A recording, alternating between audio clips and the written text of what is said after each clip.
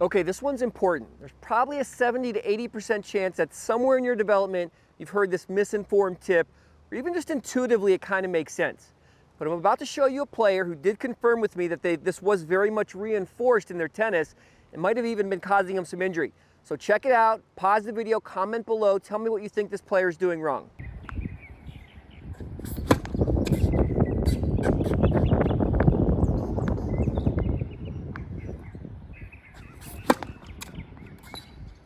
Comment below if you've heard this from a tennis coach before. Reach up, extend, higher. Makes sense, right? Except it could be hurting your tennis serve. Now in a second, I'm going to show you a drill that's going to help correct this. But let's talk about why this could be a bad idea to be over-reinforced on your serve. So let's do a quick geometry lesson.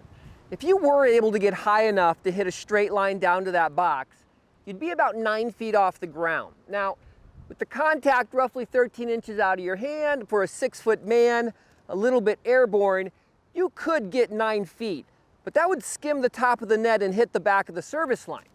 Now, that also doesn't take into account gravity and air resistance. So let's just assume for the sake of argument that you're not going to get tall enough to hit straight down into that box. Even the hardest pro serves you can imagine still have some arc on them going down into the box. So by trying to overextend your body, you're actually encouraging yourself to try to hit down more, which is a big problem. Another negative is it makes it virtually impossible for you to create forward rotation over your head, as this player was asked to do. Notice how contact isn't on the inside of his hand as the racket's still progressing up. He's almost coming down on the ball from left to right, hitting a side spin. This doesn't make your acceptance window bigger and prevents you from hitting a safer serve. But the big one is injury prevention. Think about trying to reach out of your shoulder socket every serve you hit.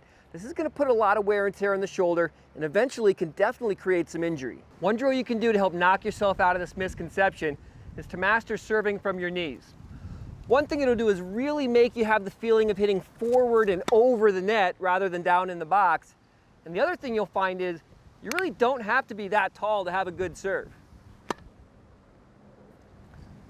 This is on the line, right?